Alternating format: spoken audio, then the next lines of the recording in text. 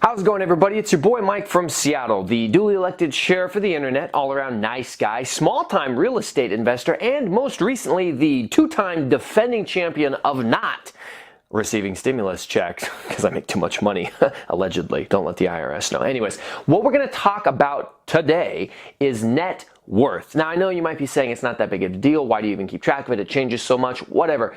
I think it's important to track. Out of making sure that I'm as transparent as possible on YouTube, the entire point of this channel, I want to talk about how real estate has absolutely blown my net worth and my equity and everything out of the freaking water since I bought my first rental back in 2018.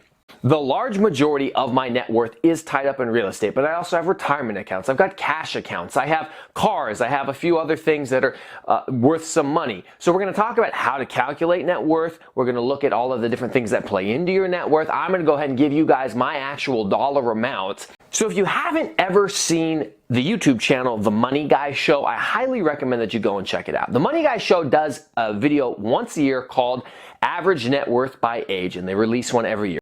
Average net worth 2021. So obviously we're going to go off the 2021 version anytime I reference their video, and I'll put the link for that in the description below. They cite The Millionaire Next Door, which is a book that I own and I highly recommend you read. It'll help change your mind about what you think millionaires are and how they're built. Millionaire Next Door, I did it on audiobook, but I also own the paperback copy. So they're going to make some references to average accumulators of wealth, and then they're going to talk about what they want you to be and what I want to be, which is a prodigious accumulator of wealth, or as they call a financial mutant, or as I call a financial Iron Man. Or just Iron Man, because he was super rich anyways. The next thing we're going to do is we're going to talk about net worth, what it is, and how do you calculate it. So real quick Google search of net worth, and you can get an easy definition for it, and I'll explain it for you. Your net worth, quite simply, is the dollar amount of your assets minus all of your debts. You can calculate your net worth by subtracting your liabilities, which are your debts, from your assets. So what does that mean? All it's talking about is, let's say you own a $500,000 house, right? But you bought it with a loan from the bank. So really you only put $50,000 down. So you have a $500,000 asset, but you got a $450,000 loan. So you're going to subtract the $450 from $500, and your net worth would be 50 grand. So then you do that for all your real estate properties. You factor in whatever other things you may also have on credit. Maybe you have car loans, something like that. Cash accounts, retirement accounts, savings accounts, anything that you have that's valuable. The value of your cars, if they're paid off, that is, could be factored into your actual net worth. So we're going to go over all of this, and it's going to be a little numbers intensive, guys, because literally I'm talking about dollar billions, okay? That's just the nature of this video. So stick with me if you want, and as always, please remember, don't subscribe. I'm not sponsored by anybody because I don't have enough viewers. That being said, I did figure that I would throw in my favorite Dr. Seuss book back here since it's become part of the banned books list. This is the Lorax. Unfortunately, because of the harmful stereotypes that it perpetuates about Oompa Loompas, it's no longer considered PC enough to read, allegedly. Maybe next week we'll talk about how Horton Hears a Who is also harmful to our society. Back to the point of the video before I get too sidetracked. Net worth. So the Money Guy Show, they break it down by decade, what your net worth should be on average in your 20s, 30s, 40s, 50s, and 60s. And I know I just turned 30, so go ahead and hit F in the chat, pay your respects, because RIP to my youth, and it's painful. But when we're watching their video, I'm going to use just the section that talks about 30-year-olds, because that's what actually applies to me. But I highly recommend you go and watch their entire video, link in the description below.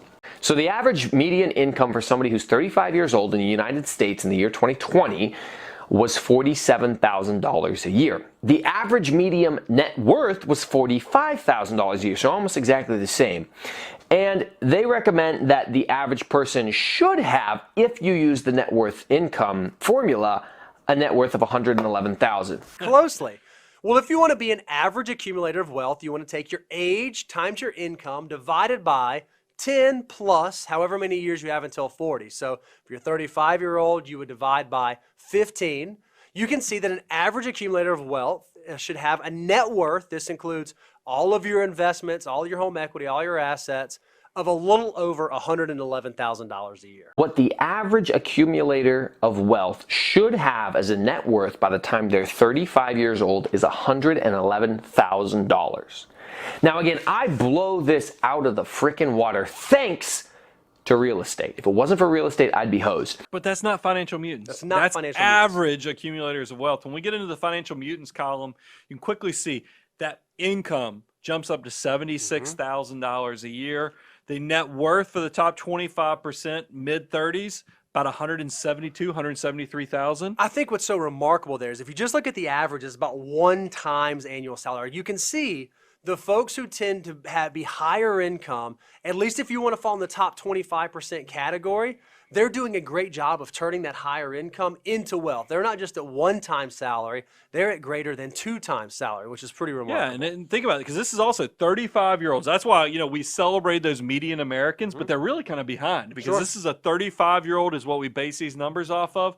The prodigious accumulator. Remember, we've talked about that modified millionaire next door formula where you take your age times your income divided by 10 plus how many years are you from 40? Well, in your 30s, it's a lot less. It's less than 10. So you can see still a prodigious accumulator is somebody who has that millionaire next door formula times 2. That number comes in for the financial mutants right around $356,000. Again, the top 25% of 30-year-olds have a net worth of $172,000, but if they were using the millionaire next door formula, they would be at $355,000 as a net worth. Now, I'm not quite there, but again, that's for the age of 35, not the age of 30. Okay, so comparing myself to the top 25% of all 35-year-olds, the average income is $76,000 for that person. I'm at $115,000, so I'm above that, but not super far above. I'm not like double the amount, but I'm significantly above the average income for the top 25% earner.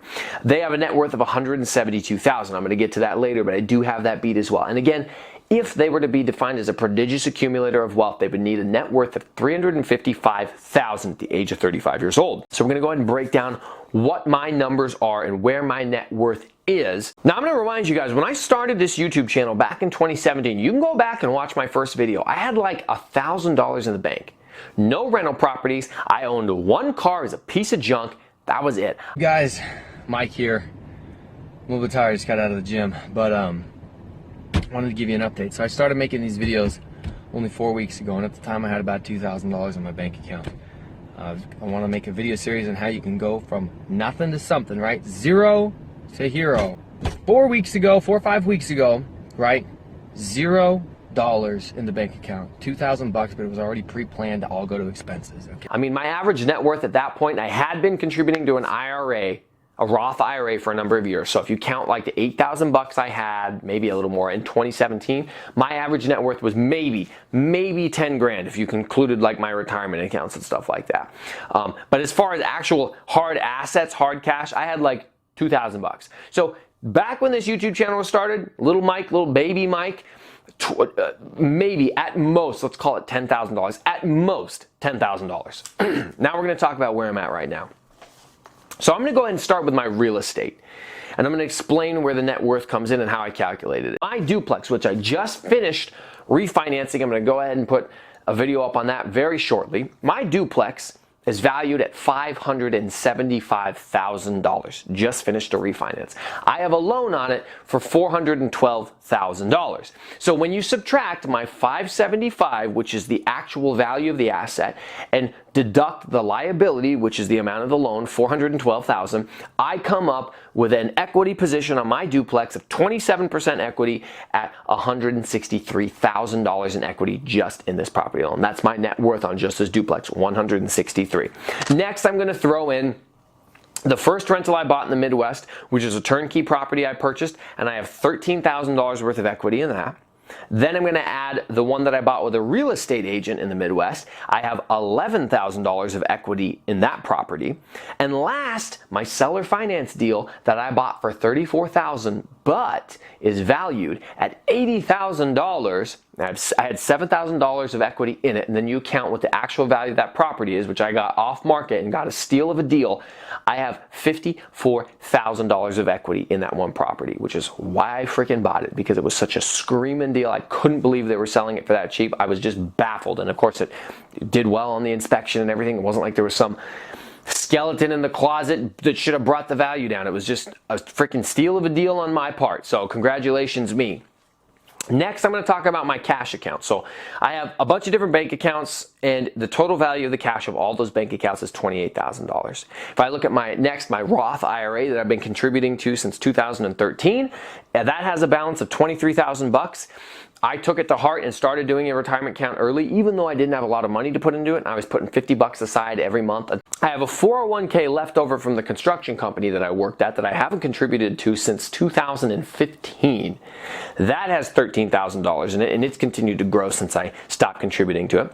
When I calculate the value of my cars, I've got two separate cars. I would guess that they're probably worth about $4,000 if I was just to sell them both right now. There's no debt on them because I have no car loan. So $4,000 in cars.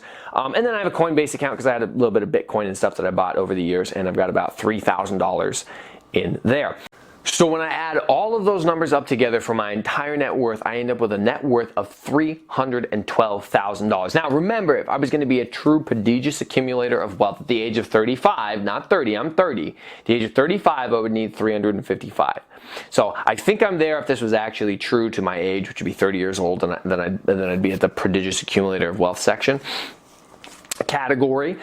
But this means that I'm in the top 25% of income earners, top 25% for net worth, and I've even managed to hold up to that prodigious accumulator of wealth net worth status, which is not easy to do. Trust me, I have been investing, working hard, living and saving like a miser, and living beneath my means and everything like that to get to this point. Here's why I think it's important. Here's what I'm going to do with this. Now again, net worth, you can't really do anything with it. Now, if you have a net worth over, I believe it's $1 million, it might be $2 million, but technically you're an accredited investor if you either make over $250,000 a year in income or you have a net worth of $1 million or more. So there is one benefit to being a millionaire in net worth. You can invest in certain things that an average person isn't able to invest in. How wonderful is that? I'm sorry, you're not rich enough to enjoy better investment strategies. You have to do a little better first. We're going to keep you, I mean, the freaking logic and reasoning behind that is just absolutely mind-blowing, but that's the government for you. And in order to protect you, the SEC makes sure that you can't take advantage of those preferential investments because, well, you know, you're not an accredited investor, whatever. Anyways, so once I hit the $1 million net worth, then I would be able to participate in accredited investment things. You become accredited as an investor. But until then, really there's nothing to benefit me in terms of what my net worth. It's not like I get a little gold sticker, maybe I get a couple of extra likes on YouTube, but honestly, you'd be wasting your time if you did that, so don't be a fool. The reason I think it's important to calculate your net worth, and I know I've talked about Mark on my channel before, he's my mentor. He constantly pushes me and pushes the other people in our investment group to stay on top of our numbers.